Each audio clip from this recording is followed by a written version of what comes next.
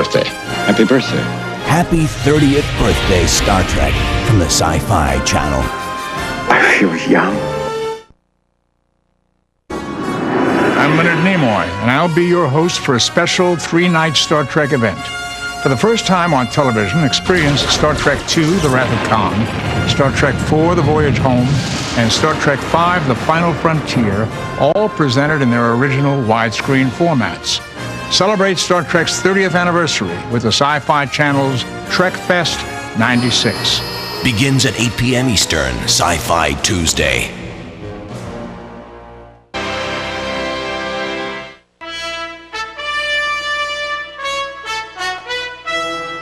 Hello, I'm Leonard Nimoy, and welcome back to TrekFest 96 on the Sci-Fi Channel. Following the success of Star Trek II, The Wrath of Khan, Paramount was eager for the next chapter in the Star Trek saga. Since the previous movie dealt with aging and death, it was only fitting that the next film deal with rebirth and life.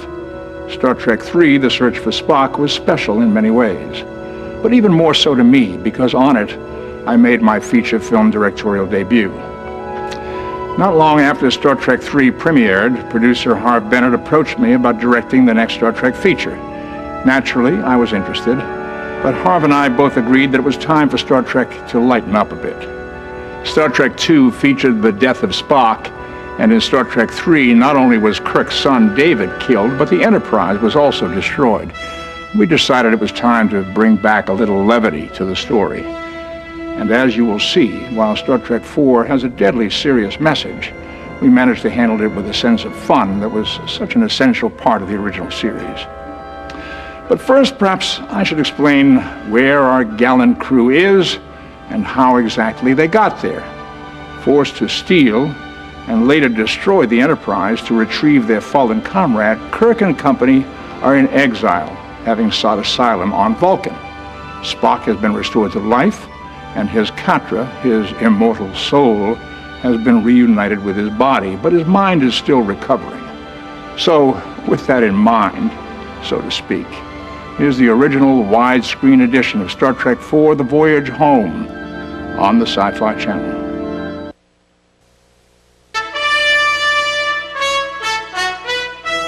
In preparation for Star Trek IV, Harv Bennett and I once again went back to review the original series, just as Harv did when looking for ideas for Star Trek II. We made a list of our top 10 favorite episodes, and we soon discovered that we and the series fans shared the same favorites. One of his very favorites and mine was Harlan Ellison's riveting City on the Edge of Forever. And so when Harv and I got together to discuss Star Trek IV, he said, "Leonard, we have to do time travel." And it didn't take us long to determine which period in history the Enterprise crew would visit. Set the 23rd century crew of the Enterprise down in the middle of 1980s America, and you were bound to see some interesting things happen. Before long, we were off on an adventure that would have Kirk, Spock, and company facing one of their strangest new worlds. 1986 San Francisco. Now, back to Star Trek IV, The Voyage Home. Once we had decided that we wanted the Enterprise crew to travel through time, we had to come up with a good reason for them to do so. I've always been attracted to stories about communication. One of my favorite episodes of the original series was Devil in the Dark, because it dealt with the disastrous consequences of a lack of communication. At the time, I was reading a book entitled Biophilia by Harvard biologist Edmund Wilson. Biophilia details the rapid extinction of species here on planet Earth. Close to 10,000 species per year gone, many without even having been discovered by man. I started thinking about humpback whales, a species that even now teeters on the brink of extinction, and about the incredibly beautiful, ever-changing songs that they sing deep beneath the ocean. And suddenly, it hit me. We don't know the purpose of whale song. What if it had been intended as communication with intelligence from another planet? And then, what if that communication stopped? This time, at the hands of man. The whales are gone. What if the Earth was threatened because that intelligence from that other planet came looking for their missing friends? The solution? Send the crew of the Enterprise back in time to bring the whales into the future. Easy, right? Only, as you and I know, for the crew of the Enterprise, things are never that easy. Back to Star Trek IV, The Voyage Home. Hello, I'm Leonard Nimoy. The screenplay for Star Trek IV was actually co-written by Harve Bennett and Nicholas Meyer, who had directed Star Trek II. At first, Nick was apprehensive about tackling another time travel story. A few years earlier, Nick had directed the film Time After Time, starring Malcolm McDowell, who would later go on to play the villainous Dr. Soran in Star Trek Generations, and David Warner, who would later go on to play roles in both Star Trek V and Star Trek VI. In Time After Time, McDowell plays writer H.G. Wells, who chases Jack the Ripper, played by Warner, through time to present-day San Francisco. Nick didn't want to simply repeat the work he had done on Time After Time, but knowing the Star Trek characters as he did, and given the story we had in mind, he felt that he could craft a story that would not retread his earlier work. Interestingly, Harve wrote the first and fourth acts of the movie, while Nick wrote acts 2 and 3. And if you listen, you can pick out where Nick's part of the script begins with Spock's line, "Judging by the pollution content of the atmosphere, I would say we have arrived in the latter half of the 20th century." And it ends with a quote from D.H. Lawrence's "Whales Weep Not." And now, back to Star Trek IV, The Voyage Home. Mid-1980s, Paramount Pictures had two incredibly hot properties. One was Star Trek, and the other was Eddie Murphy. As it turns out, Eddie is a huge Star Trek fan. When he expressed his desire to be in a Star Trek film, Paramount asked Harve Bennett and I to meet with him. Eddie told us of his love for Star Trek, and we promised we would work on some script ideas and get back to him.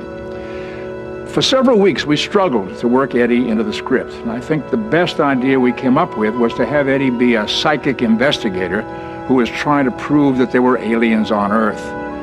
The story would have him chasing us around San Francisco trying to get evidence to prove himself right. Well, frankly, the character didn't work very well. He simply played the same note over and over. Eventually, we decided that a Star Trek Eddie Murphy collaboration wouldn't work well for either of us, so Eddie moved on to other projects, like The Golden Child. Still, it would have been fun to watch. Now back to Star Trek IV on the Sci-Fi Channel. The name of Industrial Light and Magic, the phrase special effects wizards comes to mind. And in fact, they have done some brilliant work. But we had something of a problem in the post-production period of Star Trek IV, The Voyage Home. When we were ready for our whale footage to be produced and some of the other important special effects that we needed for that film, all the best talent at Industrial Light and Magic were working on a film to be known as Howard the Duck. And during that process, the footage that we were getting, that was being delivered to us for Star Trek IV, was in fact unusable. It wasn't until those wonderful people got finished making Howard the Duck, which turned out to be quite a disastrous movie, that they all were shifted over quickly to the post-production on Star Trek IV, and we finally got the brilliant footage that we needed. The streets of San Francisco was quite an experience. The most amusing part about it was the fact that no one took notice of us, despite the fact that we were dressed in our 23rd century costumes. San Francisco is known for attracting colorful and, shall we say, eccentric people, so I suppose we simply blended in. My favorite street scene in Star Trek IV featured Walter Koenig as Chekhov and Nichelle Nichols as Uhura. I decided to shoot the scene in a candid camera style. I told Nichelle to ask passers-by where they could find the naval base. And I told Walter to make sure that he said nuclear vessels loud and clear. Now you have to remember that back in 1986, the Cold War was still going strong, and Russia was still the Soviet Union. The reactions we got were priceless. Most pedestrians just stared at them as though they were crazy. And then a woman, whom none of us had ever seen before, paused to listen to Walter and then said helpfully, "I think they're across the bay in Alameda." Her reaction was so honest and perfect, we included her in the film. Our street scenes were full of such happy accidents, and that made Star Trek IV that much more of a joy to work on. Now, back to Star Trek IV, The Voyage Home, on the Sci-Fi Channel.